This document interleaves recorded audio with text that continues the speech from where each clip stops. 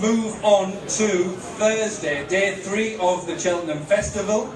Let's start with the main race, the Stayers Hurdle, and let's start with Barry, who, not content with dishing out the best part of £2,000 tonight, is giving you enhanced odds for the Stayers Hurdle. Yeah, and it's on the favourite Paisley Park, currently 7-4. He's just a shade over that in the exchange at 2.82. He's a very strong favourite. And we're going to odds boosters from 7-4 out to 9-4, and it's the same terms and conditions as previously. It's to a max of 50 quid per customer, and you'll find it under the specials tabs, odds boost there right at the top. So your favourite Paisley Park in the Stayers Hurdle is 9-4 from 7-4. 9-4 from 7-4, please. Is the way open for Paisley Park to continue his role and win the Stayers Hurdle? Well, when we went into the Cleve Hurdle, it looked a very confusing picture at the head of the Stayers Hurdle group. There were perhaps a dozen horses quite closely matched at the top of the rankings, but Paisley Park had been a really progressive horse through the autumn, and his performance in the Cleve Hurdle, to me, put him firmly at the head of the staying pack. And he's over the same course again on Thursday. I think he's short enough, but I think he is definitely the right favourite. Dan, do you think that's the right price? Yeah, it is about now, because obviously the absence of Penn Hill has had an impact on his price, but he hasn't done anything himself strictly, yet his price seems to tumble. I think there's probably just been a realisation from people that it's a very bad race. Essentially, it's got worse in the last week or so with Penn Hill being out, and you've got a very progressive horse. And we sat in here a year ago, and we were discussing the claims of Sam Spinner, who had a very similar profile, different running style, admittedly, but he was the up-and-comer who'd done it in the mud, shown loads of stamina. But I think if they made a mistake with that horse, and they seem to have completely lost him now, they stopped. They just didn't press on with him. They gave him a break after he'd won the long walk, whereas Lavelle, I think sensibly, he kept the revs up and went straight to Cheltenham for the Cleve, and he announced himself as a perfect staying type for that race. Horses that we've seen win that race are very much in that mould and keep a bit back for themselves. He's not a big bucks, he isn't that good, I don't think he'll ever be that good, but he's got so much going for him, and unless you have some sort of reservations about, I don't know, a trainer who doesn't have many Cheltenham winners, I really am struggling to find a hole in him. And Billy, remarkably, second favourite of the Stayers Hurdle is Forheen. I mean, this all could have been any price almost coming to this festival for any race, but he seems quite solid in the market for the Stayers. So, does the fire still burn in his belly? Hard to say. I think the vibes lately again have been quite positive about him. I think he's apparently been working well lately. But he's second favourite simply because of the paucity of the opposition more than anything he's done himself lately. Now, he was running okay behind Applesjade at Christmas. He fell too out, took a very heavy fall, but Ruby really hadn't asked him for anything, but it's hard to know how close he would have got to Applesjade. All season long, I've been thinking the Stayers in Britain haven't been up to much. Paisley Park is by far and away the best of them. I thought the Irish would win this race, but then Gordon Elliott has not listened to me and ran Applesjade in the champion rather than the Stayers Hurdle. Penn Hill doesn't run, and the Irish Challenge has just fallen away, so I don't think anybody would begrudge Paisley Park winning this because of his connections, and obviously to be nice to see fellow Corkman Aidan Coleman ride a Cheltenham winner, because I think he really deserves it. But I could see Forheen running well, but I could see him running well because it's just not a very strong race. Can I ask Billy about another Irish horse, the Cardis, who would have probably been third last year, having got an absolutely shocking ride from Patrick Mullins, going up the inside and getting stuck behind horses. What do you think of his chances? Is he likely to come? It's entirely possible. I think he probably will. If he runs at Cheltenham, this is the race he'll run in. He does come with a little bit of a health warning at the moment, because if you look at his form figures, there are more letters than numbers lately. They've tried him over fences, it just hasn't worked out for him, and as David said, he would have been a very good third in this race last year, but then ran really poorly at Punches Down on the back of that. If they get him back to his very best, he certainly has an each way chance, but I for one wouldn't be going bald-headed for him, to be honest. Yeah, I think the car.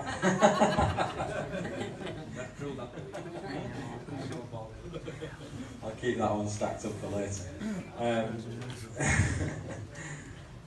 Yeah, Bacardi's is a horse that I was interested in as well a little bit, but I think Willie Mullins has another horse of interest. There's probably two horses at bigger prices than Fahim that you should consider maybe backing each way in the Stayers hurdle. Bacardi's would be one of them, who's had basically the same run up to the race as what he had 12 months ago, been chasing, disappointed, back hurdling off a break. But the other one is Bapaume, who was runner-up to presenting Percy in the Galmoy last time we saw him. He's about a 25 to 1 shot best price. He does come into it in top form. That was probably close to a career best performance last time out, or similar to his best form. He stays very well. He's only a 6-year-old, so he could still be getting a little bit better. He's not had that much racing over staying trips either, and he is a very big price. So I think Bapaume and Bacardi's potentially a couple of each-way contenders from the Mullins yard. The Ryanair is one of the most confusing races from a market perspective. Get Barry first to just run us through the top of the market, and this is really open, Barry, isn't it? Yeah, very much so. Obviously, it's all about running plans here. You've Min. Now these are non-runner no bets. Non-runner no bet. So 5 to 2 Min, 7 to 2 footpad. Monolith, who I think looks virtually certain to come here, is a 9 to 2 chance under sell 5 to 1. So 3 out of the top 4 in the betting are Willie Mullins horses with question marks over them. Frodon in there at 13 to 2. I think this is a race Frodon will go for. Obviously Paul Nicholls is challenging for the trainer's title. And there's some significant prize money on offer here in the Ryanair, and I think that will kind of turn his eye towards running Frodon here if he can persuade connections to give the Gold Cup a miss. You wrote respect in there, there's probably Gold Cup bound. Same you could say for Album Photo, top notch. I think it was declared today that they're going to head for the Stairs with him, and then you've Kenboy, another one that looks a non-runner. So there's a lot of uncertainty in the race. But Frodon looks like one that could go here, but definitely Monolith, and I think he'll be significantly shorter on the day than the 9 to 2 he is now.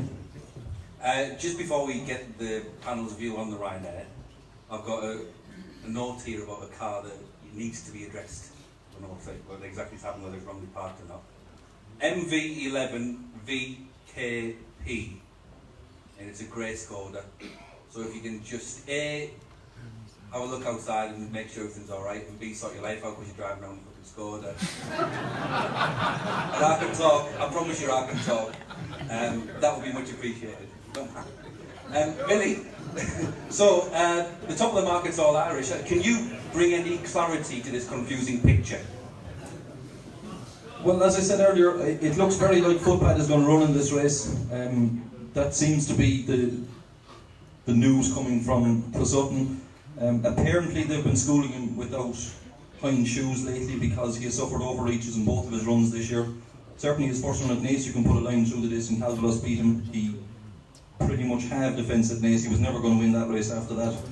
And his run at Leopardstown I didn't think was too bad because he quite clearly missed a fair bit of time prior to Leopardstown. I doubt he was anywhere near 100% fit, yet went through the race like the very good horse we know he is for much of it, and just got collared close home. So I think the ability, no doubt, is still there. If they've got him back to his best, he's going to take an awful lot of beating in this race, and 2.5, 2.5 is not a problem based on his hurdles form. But I do really like Mona Lee. I think he's tailor-made for this race. I really don't think he gets the Gold Cup trip. I think he struggles to get 3 miles, not let alone 3 1/4. I think this race is ideal for him, and I think the fact that Frodon is going to run in this race is even more ideal for him because it means he won't have to make his own running. He will be up handy. He's a really good jumper, even though he's fallen once or twice. He's a very exuberant jumper. I wouldn't worry about that. And I think having something to aim at will really suit him. So if Footpad wasn't running, I think Monley has a great chance. But look, Footpad is a class act. Just interesting to talk about the running plan. Barry hit on the nail on the head straight away, saying this is the confusing picture because we don't know the running plans, and horses are flitting between the Gold Cup and Ryanair and still trying to decide. One of those is Road to Respect. But you can see him done running a big race in the Ryanair in this trip. Just go and beat me motor first. Yeah, I think from what we just looked at Betfair there, if he was not considered plausible candidate for it. I don't think there'd be money there to back him at 12s or whatever. I mean, he's a bigger price than that for the Gold Cup. It's a more attainable prize, we know that. It's always the weakest of the three. And I don't think he'd necessarily failed to stammer over 3 miles plus necessarily, but he's a horse with a load of speed who would have enough to drop back for this race. They won it last year with Barcode Afloat, setting under, so we're left with a very similar picture, a lot of the same horses. I like Monolly as an animal, but I don't think he's a star by any means. If Road to Respect was a guaranteed runner, he'd be top of my list. Clears, we've talked about the Irish horses so far. Are you with the Irish horses, or is there any British challenge in there that you can see winning? Well, I found this a very confusing race, even more than most races I found confusing, and I wasn't sure what was likely to turn up. The fact that Nichols seems to be trying to get Frodon to run this race, I think is very interesting. I think Frodon has been a tremendous advert for himself, for his rider and for his trainer. And I think if he did go here, he would have a major chance. Whereas I don't think he's got a realistic chance in the Gold Cup. And that's what Nichols has made a career of in recent years, isn't it? He's taking what are winning opportunities rather than telling the windmills and going for races that have prestige attached to them, but the horses are unlikely to win. And that's why he's the master of all these Saturday handicaps. He won that Great Gold Cup at the weekend for. I think he's won it more than he's had renewals. He's been that dominant.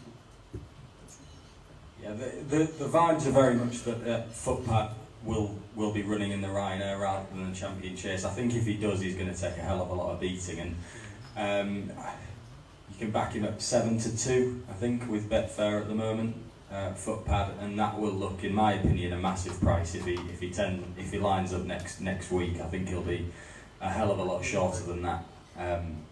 Top and bottom of it is that he's a class act in the race, and you go back to, I think even on time form ratings, actually, as we sit here today, time form have still got 172 on him, which is dead solid from last year's Arkle.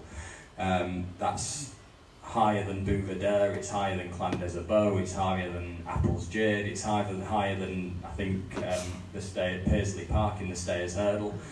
And you can't really argue with a figure based on what he did in last year's Arkle, simple as that. And because he hasn't had the ideal preparation into the season, he's trading at a miles bigger price than he would be. If he was coming into it on the back of that type of performance in an Arkle, I think he'd be odds on for the Ryanair, to be perfectly honest. So he's shown signs that ability is still there. He's not had a hard season. I like the fact that he's going into the race fresh. I suspect that a trainer as good as Willie Mullins with a 7-year-old, a young horse like that, will get him back to his best. He's absolutely brilliant at priming one for the big days like this, and yeah, he's in my eyes, as we sit here today, I think Footpad's one of the best bets that we've got. The Arkle was a 2-mile race. Yeah. His form is 2 mile. Most of his form is 2 mile. It is. I mean, is it a negative that they're going for the Ryanair rather than taking on Altria? No, not in my opinion. Anyway, I don't. It's just over 2.5 miles in the Ryanair. He didn't stay 3 miles as a novice hurdler, but he ran well for a long way in a Grade 1 as a novice hurdler over 3 miles. I don't see 2.5 being any problem for him whatsoever. I mean, more in terms of if you were really confident about the form that you've got in him, you'd take on Altria. I still don't think you would, because I think you'd think he was a certainty for the Ryanair, to be honest, and you'd probably finish second to Altior in the Champion Chase. So, if it was me, I would run him in the Ryanair if I thought he was in top form, because I think he would win it. So, yeah, I think, as I say, I think he's a really good bet. I can see Footpad going off 6-4, 13-8, that sort of price, very well back for the Ryanair. He's probably not. I mean, a horse like Frodon, for my money, he's just way too good for him. I just think he'd massively outclass him if he was back to his best, and I'd take a pretty heavy bet that Willie Mullins will have him back to his best as well.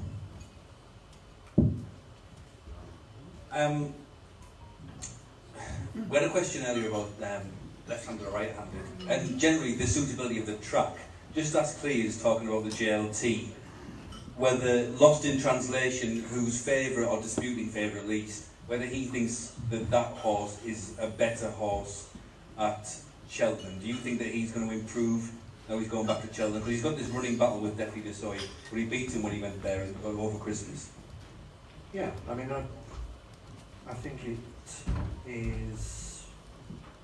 I'm not sure that he was beaten by running the other way round at Sandown. I think that Defi de Soy is a horse that's come right back to the sort of horse he looked like he was going to be in his younger days.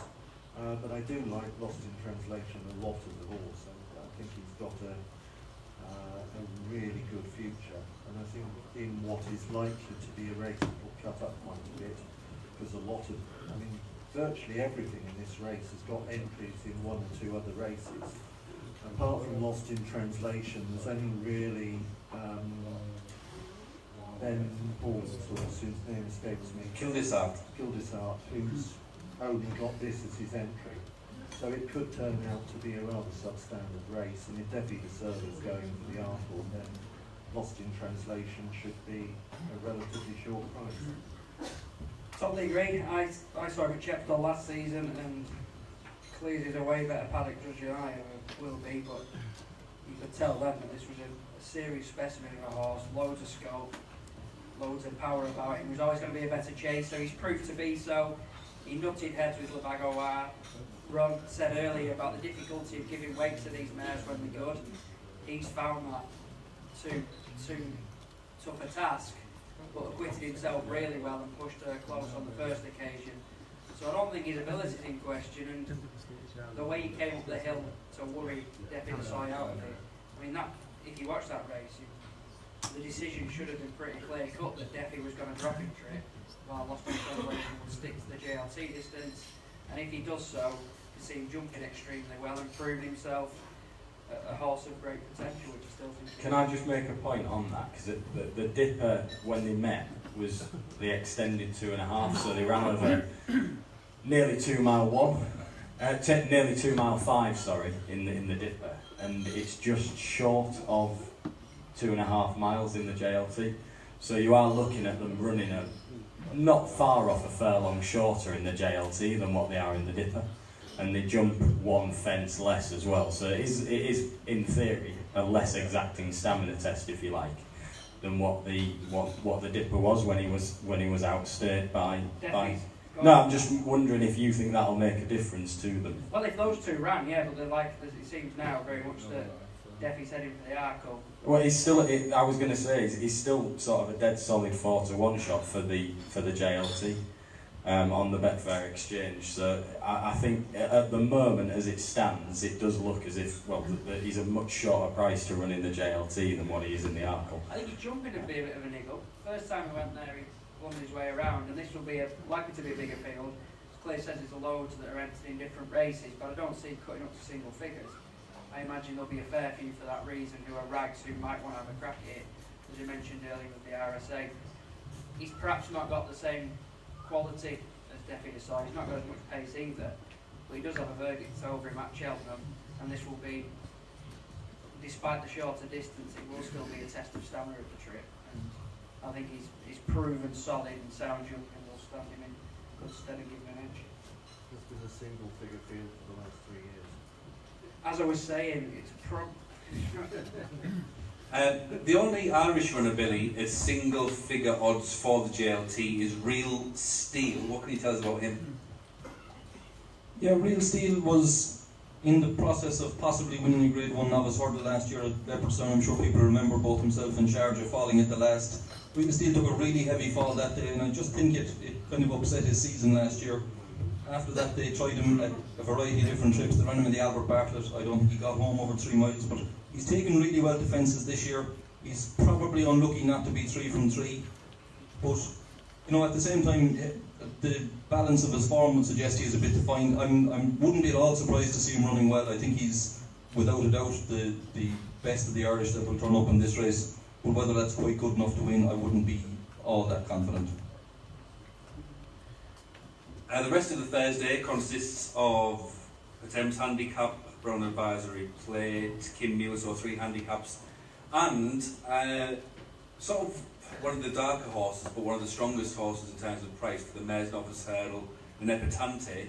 Does anyone want to speak about Epitante and whether she is the next sort of Lamini, Lorena, who just goes and wins these races at a short price? Yeah, I did the extra race for Sideform, and there's not a lot you can say except she's got a lot of ability. But if you're a form book punter, you find it very difficult to part the cash at 5-2 when clearly the bare form achievements are nowhere near what some of the others have achieved.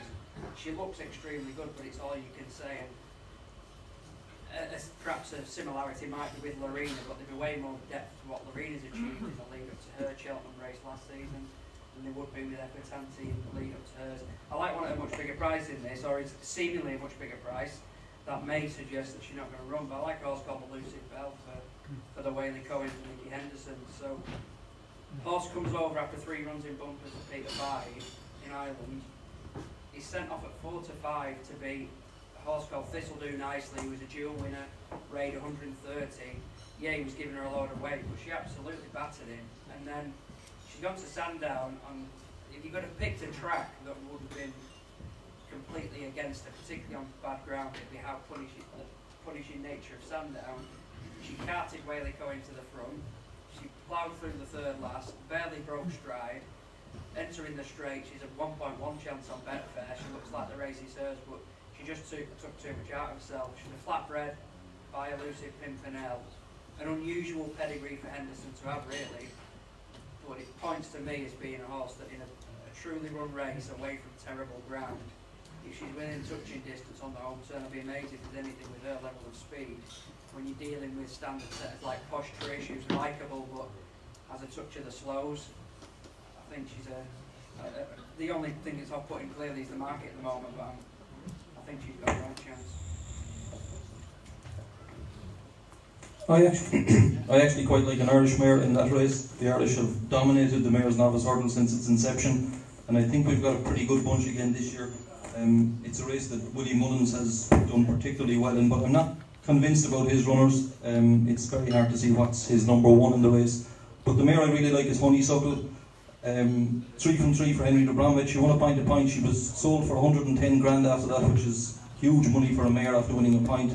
And she's been really impressive in all 3 starts so far. She's won at 2 miles, 2 1/4 and 2 1/2.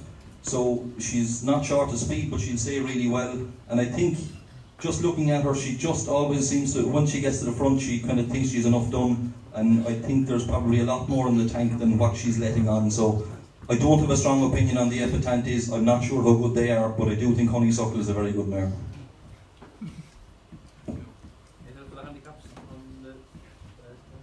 No, in the Kim Muir, there's a horse running a Measure of My Dreams for Gordon Elliott. It's an ex-Jigginstown horse. If you go back to 2016, it finished 3rd in the 4 miler, and was just 6 lengths off a subsequent Gold Cup winner in Native River. Had 1 run for Gordon a couple of weeks ago, and it was a really sweet pipe opener. If you go back and have a look at it, if he was to rock up in the Kim Muir, he's currently 2nd favourite, but if he goes there, he'd go off considerably shorter than what he is at the moment. I think he's currently an 8-1 chance at the moment, so Measure My Dreams to Kim Muir. In the Brown Advisory Plate, I'm hoping that Janika runs here. He's in the Ryanair, which I think would be a bit beyond him, and he's in the Ultima, which I think this trip would be better for him. He'd be reopposing Cyril Dulac, who just touched him off last time. 2 races he's run for Nicky Henderson, both of them he's looked well ahead of his mark, and one thing and another, he just hasn't quite put the race to bed at the end. But I think if he's in the same sort of form, I can see him coming home in front on Thursday. So on to the Friday, and we'll keep the Gold Cup itself on the back burner for a second, because we'll talk firstly about the Triumph, and over to Barry, who's got another enhanced odds for us for obviously Sir Eric in the Triumph. Yeah, we certainly do. I don't think this is as generous as some of the others, but Sir Eric is even money chance for the Triumph Hurdle. We're going to go 5 to 4. Again, it's the same thing, £50 per customer, and you'll find it under specials. A few novels over there from.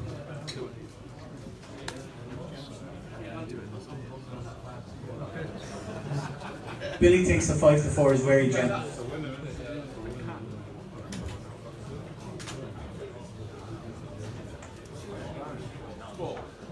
Snap up 5 to 4. Anyone who can get 5 to 4, snap it up. I think the Triumph is a case of sit back, strap yourself in, and enjoy the Sir Eric show. I think he's an absolute standout. I've been hugely impressed with him. He's a group class horse on the flat. He's way better than your average flat horse coming over jumps, but he's taken to it like a duck to water. I thought he was good first time up, where he couldn't have had much practice over hurdles, because he ran for Aidan O'Brien on the 20th of October. He won a maiden hurdle in December, at the end of December, so he can't have had that much practice jumping hurdles prior to Christmas. He certainly wasn't jumping them in Ballydoyle, but I thought he took a huge step forward on his second run. His jumping certainly was a lot slicker when he made the running, which he doesn't need to do. But I think, even though we often say it, that, you know, this could be a champion hurdle horse next year, we often say it about Triumph hurdle horses, I think Sir Eric genuinely could be a champion hurdle horse next year.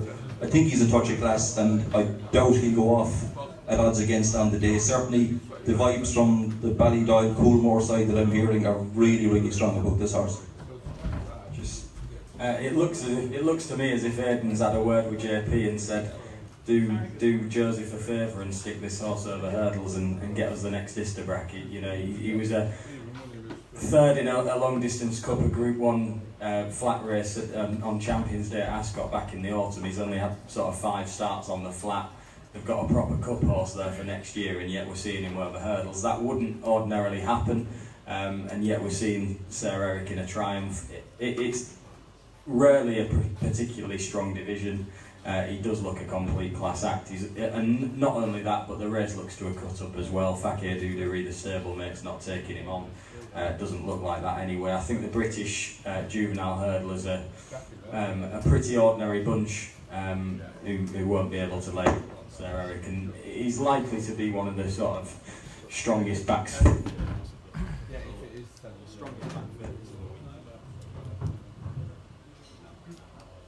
This one might be working. One name, Pick Doughty. Is he going to run? Larry, no? He said that it will run if the ground's soft, but only if it's soft. Because he's a completely unknown quantity in the race. I agree with Martin about the majority of the British horses there.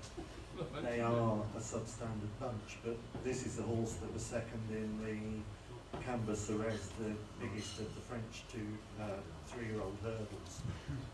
So he's got a smart level of form, and he could just be a horse that has got the ability to at least push Sir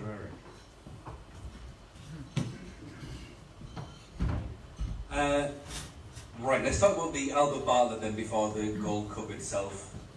Because this is one of the novices, and again, probably another novice at the festival that is really open. This nigger Oscar is just about favourites on the back of that Haydock win. Is this the sort of race for you, Dan, where you trust the top of the market or you dig a little deeper? Probably dig a little deeper. It's, of the novices, it's the one that's been prone to the biggest shocks, because it's the one that provides the most different tests. It's such a thorough examination.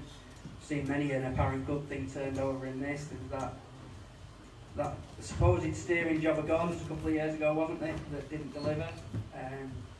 Santini, my love affair for the RSA, he was another who was considered that he just had to get round. But it's a pretty unique race, this. All about attrition and sort of stamina reserves rather than your quality. Listen to Gare Oscar, I thought showed quite a lot of pace in that Haydock race to go clear as he did. I've been looking at something even more unexposed. An old rival actually, Dickie Diver, who literally covered this on Sky Sports Racing, and I haven't just nicked it off him, honestly. A horse who's had just 2 starts, probably should have beaten Lisnaguer Oscar at Chepstow. Had he come in for a harder ride, had he taken the third last more fluently, he'd probably have won it. And he was closing all the way to the line. Lisnaguer Oscar was running on fumes, but Lisnaguer Oscar has really boosted the form with that Haydock win. Dickie Diver's since come out back to Chepstow, landed the odds as he pleased. He's totally unexposed, be a bit worried about a young horse like him being exposed to this sort of slog, but I think he's got a lot of potential.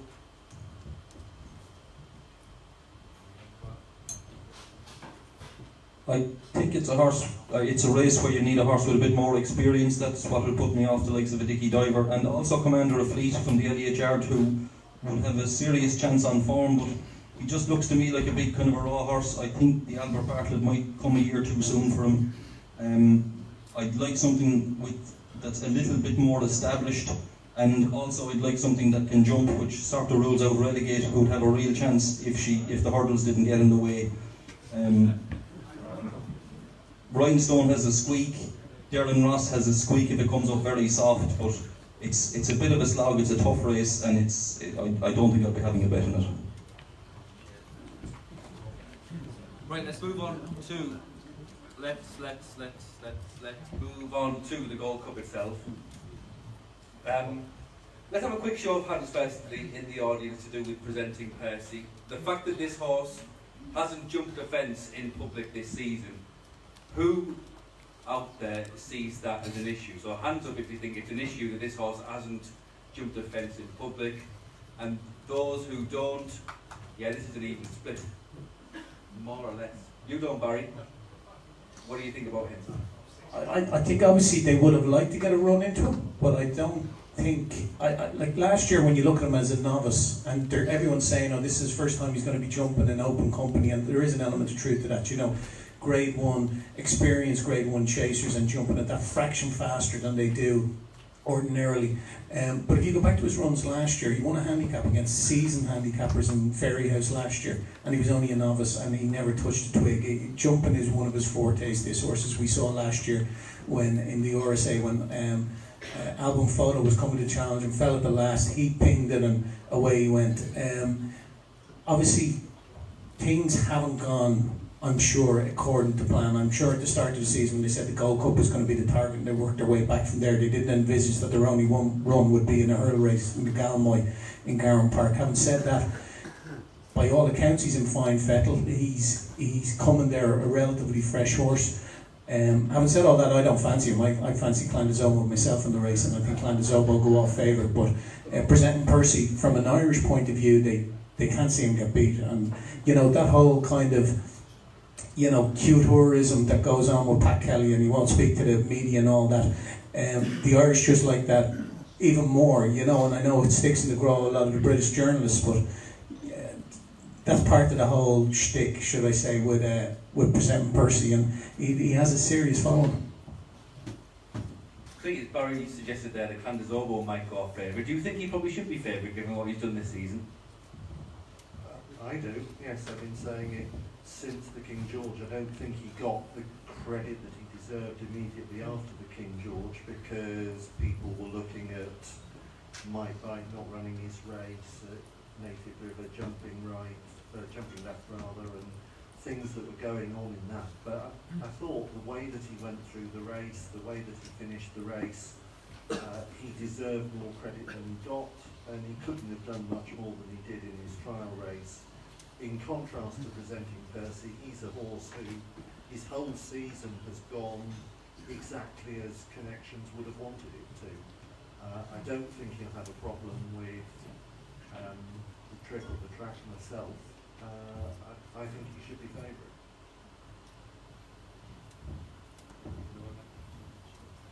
Yeah, I would have some question over the trip. It is a different examination. It's an extra 2.5 furlongs. The race will probably take 30 or 40 seconds longer to run. And in a horse in Native River, who they were probably more likely to have shown the form at Kempton maybe than Haydock, but he's still got a verdict over him this season. We know he's tried and trusted. He's just the classic Gold Cup horse, isn't he? One of those who, provided he stays sound, will just keep coming back for this race. All stamina, sound jumper, riding positively, put others under pressure with that style. And just as he saw My Bite off last year, after looming up to him, albeit under different conditions, I can envisage a similar scenario here. And I'd be more scared of presenting Percy's stamina kicking in late than I would be Clandazobo's. If one of them's going to run him out of it, I think it will be the Irish Raider.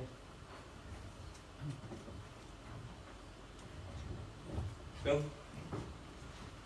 I would naturally have a lot of respect for Clondizobo and a lot of respect for the man who trains him, because if anyone knows how to win a Gold Cup, it's Paul Nichols. But I thought the King George form, okay, it was a big win, it was a huge step forward for him. I didn't think the King George was a brilliant race as it turned out. It looked a cracker on paper, but I think beating Thistlecrack a length and a half in King George, for me that's not good enough to win a Gold Cup. I wouldn't give Thistlecrack any chance if he turned up next week. I think the Irish are really strong in this. I think Presenting Percy is potentially the best horse in the race. For a long time I felt he was a real Gold Cup horse, but I do think the fact that he hasn't run over fences this year is a major negative. I think he's an excellent jumper, or he certainly was last year, but this is a completely different test against these type of horses in a race of this nature, and it'll be a big field in the Gold Cup this year as well. It'll be a bigger field than usual, so I think that's a negative for him. It will put me off backing him definitely.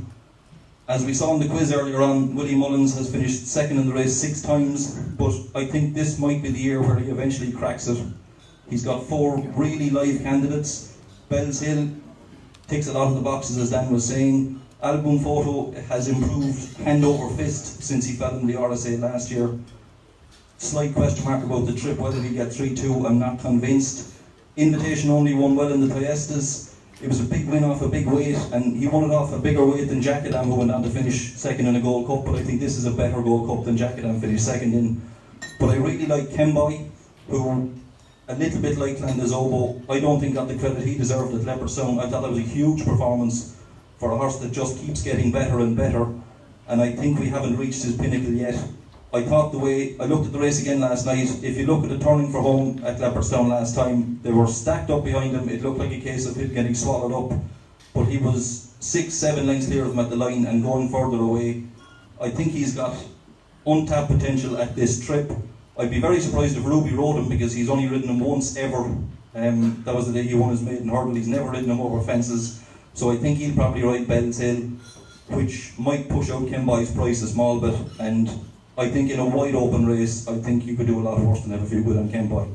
Yeah, I think that wide open race point that you make, Billy, is probably the key one to pick up on, really, because you've got horses at the head of the betting, and we still don't really know how good Presenting Percy is. I think that's the facts of it. He won a handicap win at the festival 2 years ago. He beat horses that he was rated higher than in last year's RSA. He beat horses that he was rated higher than in the Galmoy when he came back over hurdles this year. He was entitled to beat those horses, and by far and away this is the best race that he'll ever run in, and he's coming into it on the back of what we can only assume is a less than ideal preparation as well. He's a horse, again, going back the last 2 years, people look at him as a festival winner, but the bottom line is he's had busy campaigns. He's been campaigned pretty aggressively for the last 2 seasons to get him to the festival in top form and then produce those performances. They wouldn't change that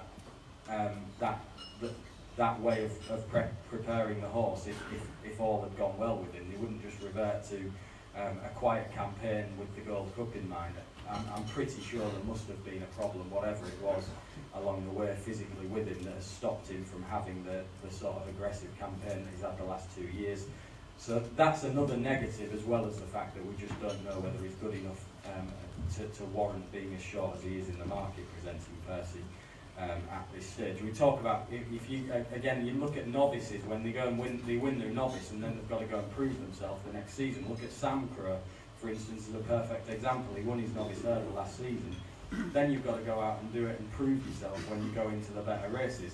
He couldn't do it, despite looking as good as he looked at the Cheltenham Festival last year. And yet Presenting Percy, we haven't even seen him in a chase, and plenty of people think that he's kind of the second coming and unbeatable. So I think the bottom line is with him that he's just too short. Native River to me just hasn't looked the same horse this year. I appreciate the Gold Cup would be a much sort of more suitable test than the King George, and I agree with that, but he still just looked a little bit lazy and lacked the enthusiasm maybe that he had for the majority of his campaign last year. Well, last year it was a light campaign, but the year before. And Clondizobo, I'm not sure will stay the Gold Cup trip if it is a very strongly run race on soft ground. So we could be looking at a very wide open race that throws up a bit of a result, a bit of maybe a bunched finish even, where there's not that much separating them and you don't have to run to that higher figure to win it. Bell's Hill is the horse that I think is tailor-made for the race. I think he jumps, travels, stays. He does everything you'd want a Gold Cup winner to do, effectively. And he goes into it, unlike a few of the other horses at the top of the betting, he goes into it on the back of probably a career best performance as well. Just as please, two horses who beat the Gold Cup before, Mike White and Thistlecrack, sort of second chapters for them. Can you see either of those two playing a part in the race? Well, I was very keen on Thistlecrack for the King George, because I thought, given how poorly he jumped at Haydock in the Betfair Chase, the way that he travelled through the race suggested that he retained a lot of his old ability, and I think the King George performance supported that. So I could certainly see him running a good race. You go back to the Cotswold Chase, where he just got touched off by the old Many Clowns, thank you. Never remember names. Can I? Peter. Thank you. So I can see him running really well. Might Bite is a conundrum. Whether the things that they've done to him will enable him to return to the sort of form that we saw from him last season. Whether it's something physical or something mental with him is the question. He's long had that quirky, certainly in his novice days, in his younger days, he had that quirky element to him, being a son of Scorpion. You go back to last year's Gold Cup and you think, well, had that been run on more typical Cheltenham ground, would he have had too much finishing kick for Native River? Was it the conditions, the singular conditions last year that enabled Native River to outguts Might Bite? Just ask Billy about another Willie Mullins one, because I'm sure it's sort of on some people's radar, but Alboon Forto is a horse who, obviously his form's quite tied in with those, but have you ever seen him as a Gold Cup winner? Well, it will definitely, if he wins a Gold Cup, it will definitely be the first time a Gold Cup winner has run at Tramore and his prep race. Without a shadow of a doubt, that has never happened before. It was the best race ever run at Tramore that he won on New Year's Day, but let's face it, that's not a very high bar. I think he's a class act. I think, look, like I said, after Cheltenham last year, he didn't have much experience going to Cheltenham last year, and after Cheltenham his form improved immeasurably. Let's not forget he would have won that infamous Grade 1 at Punchestown only for Paul Townend getting distracted, shall we say. I just think we're just not sure whether he'll get 3-2. He'll get 3 miles, alright. I'd love to see him in a King George, for example, but whether he'll get 3-2, if it is soft at Cheltenham, that would be my slight concern, but I do think he's a really good horse. And look, if anyone fancied him, I wouldn't put him off him, I'd put it that way. Martin, just ask you about Bristol Demai, because people love this forgotten horse tag. Is he a forgotten horse for the Gold Cup, or is he just not a Gold Cup horse? No, I just don't think he's a Gold Cup horse. We know there's enough evidence now to say Haydock heavy ground is basically what he needs to show his best form. He hasn't really produced that level of performance anywhere else, including at Cheltenham before, so I think you can, as far as I'm concerned, I'll be writing him off.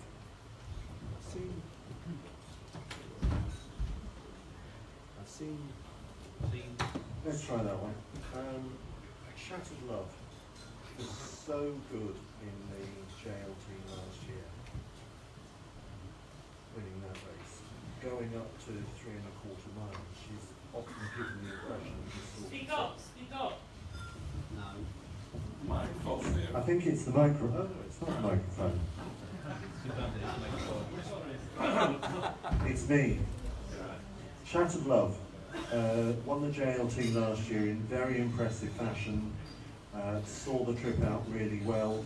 Hasn't quite clicked last time behind Kenboy, but this sort of test could be something that would bring her back to form. Could she be a speculative Blanca Price horse here? I don't know what Billy thinks. Or Barry. Yeah, she's a 25-1 chance. Obviously, she finished second at Min, on the run before that, the John Durkin, which wasn't a bad run, over 2.5 miles, and then for whatever reason in Leopardstown she just didn't seem to run her race. But I think you can take it as read that like this has been her target all year, and she's primed for one race, and that's the Gold Cup for sure. Whether she's good enough now, she'll be getting her allowance, but whether she's good enough, I'm not so sure.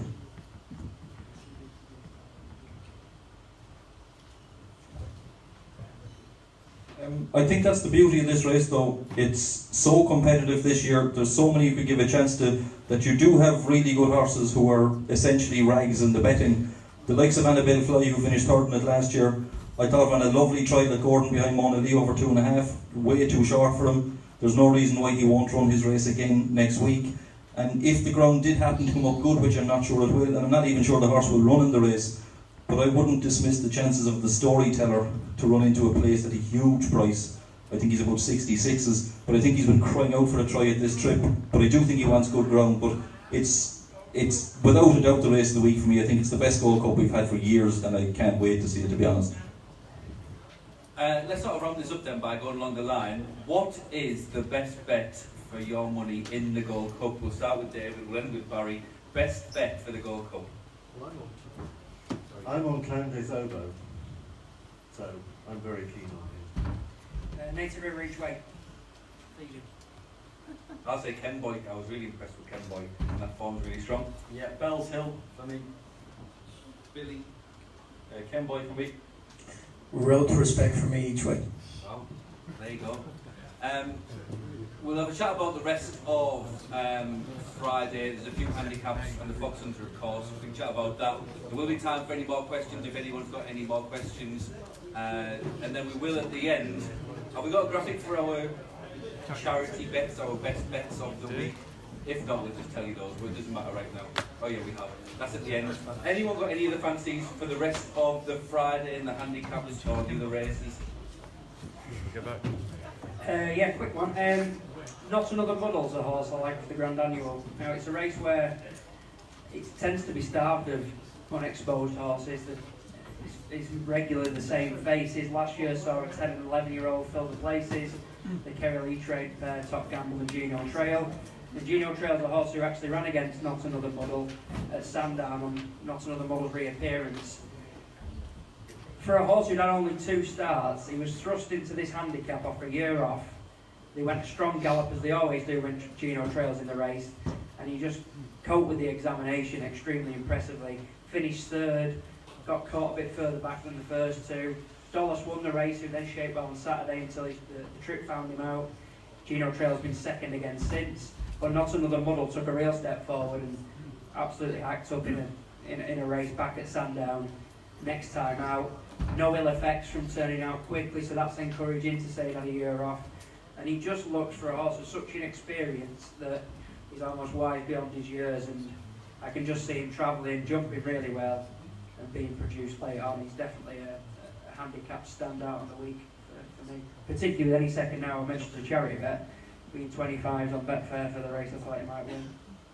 One of the best backed horses of the week is in that race, Magic Saint, after won in Wincanton for Paul Nichols. He immediately nominated the Grand Annual. He thought it'd be well handicapped.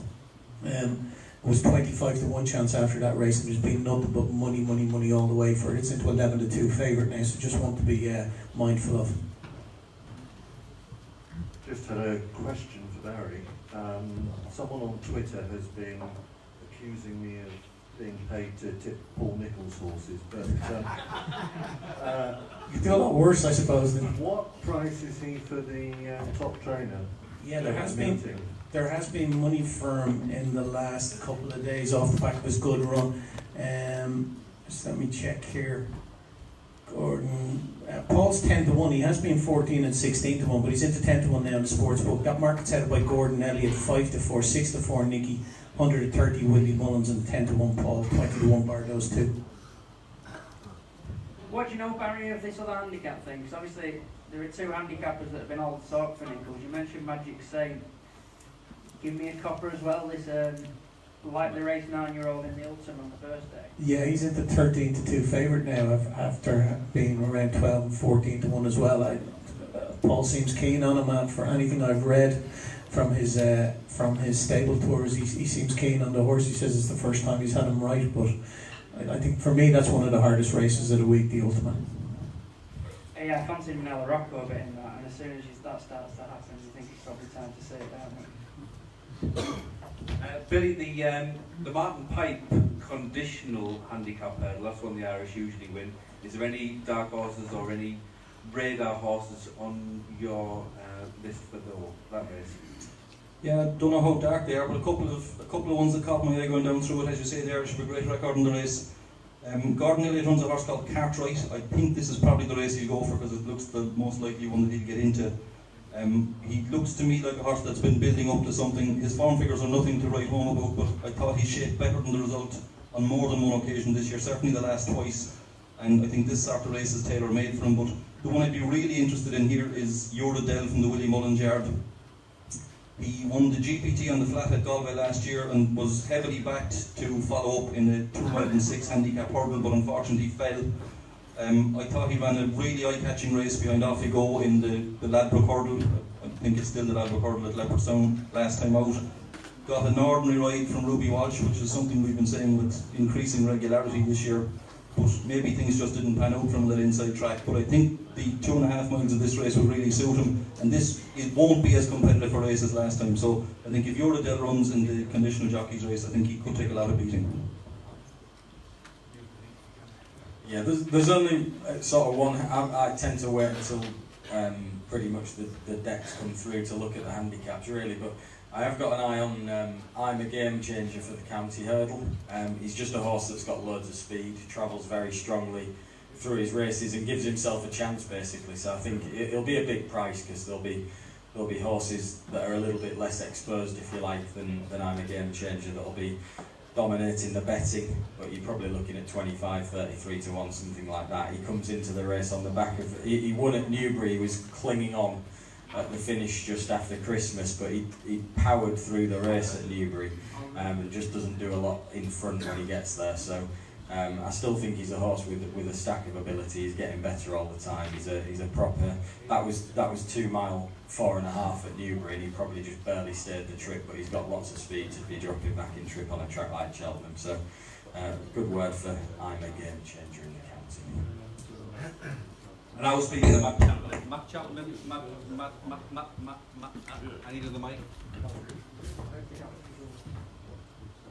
I was speaking to Matt Chapman earlier in the week. I don't know whether he's had his card marked or what, but he was all over Wonderleish in the county hurdle. You don't know anything. I know, yeah. But as we know about Matt Chapman, 7-1 favourite, he's found himself a 7-1 favourite. There are two types of people in the world. Those who can't have Matt Chapman and Matt Chapman. Has anyone got any questions before we flag up the charity bet or anything like that to round off with? Yes, good man.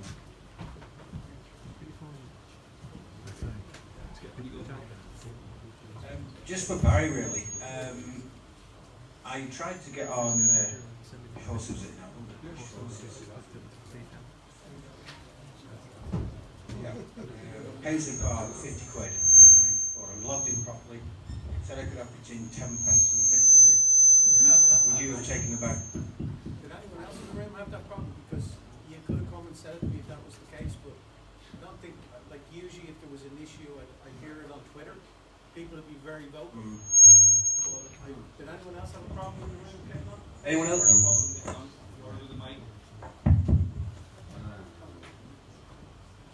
Sorry, this mic's still working. Anyone else with a question? Anyone else?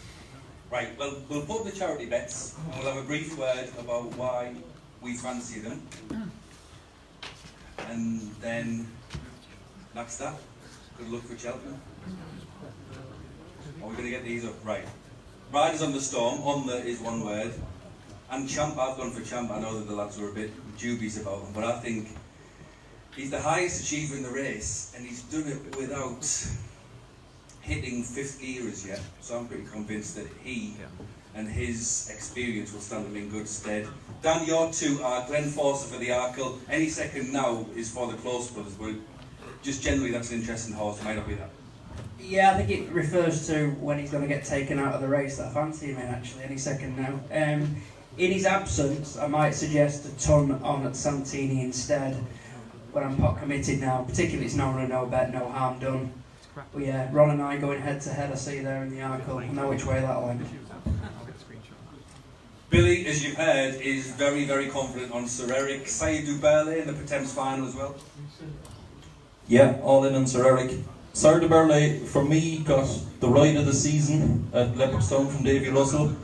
He had to finish in the first 6 in the Pertemps final, or to get into the Pertemps final. He was never at any stage put into the race, very weak in the market, never put into the race, was 13th early in the straight and finished 6th right on the line, just so he got in. Now, he hasn't been missed in the market, but I think he's been laid out for this race for quite a while, and I think he'll go really close in the Pertemps. I think each way is a great shout. That was Sayed Burley in the Pertemps final.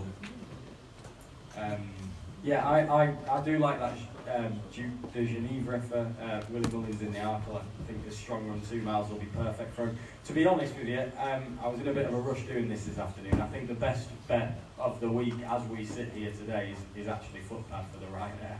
He's not one of my charity bets, but Bell's Hill. Well, I'll leave it as it is, because otherwise it's Sod's Law, isn't it? But they'll both run at least. Duke and Genève and Bell's Hill. They are 2 horses that I'm keen on as well.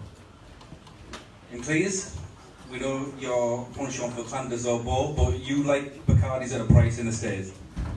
Yeah, I think he would have been 3rd last year, despite the fact he got an indifferent ride. He's got a similar sort of profile this year, i.e. not particularly encouraging, falling over fences. But I think he's a horse that's always promised to be capable of running a big race in this type of race. Hopefully he'll get a better ride this year. Hopefully he'll get involved at the business end of the race. And a big thanks to Barry again for the big money for our prize winners this evening. You're not on the list, Barry, but if you had to have one bet for this year's Cheltenham, Measure of My Dreams in the Kim Muir. Measure of My Dreams in the Kim Muir. So, I think that's about it, all wrapped up. We'll be milling around for a while, so don't worry if anyone wants to ask anything, not personal, but just definitive. Thank you so much for your support and your attendance yet again. Thanks to St. Kent, and we hope to see you all again next year.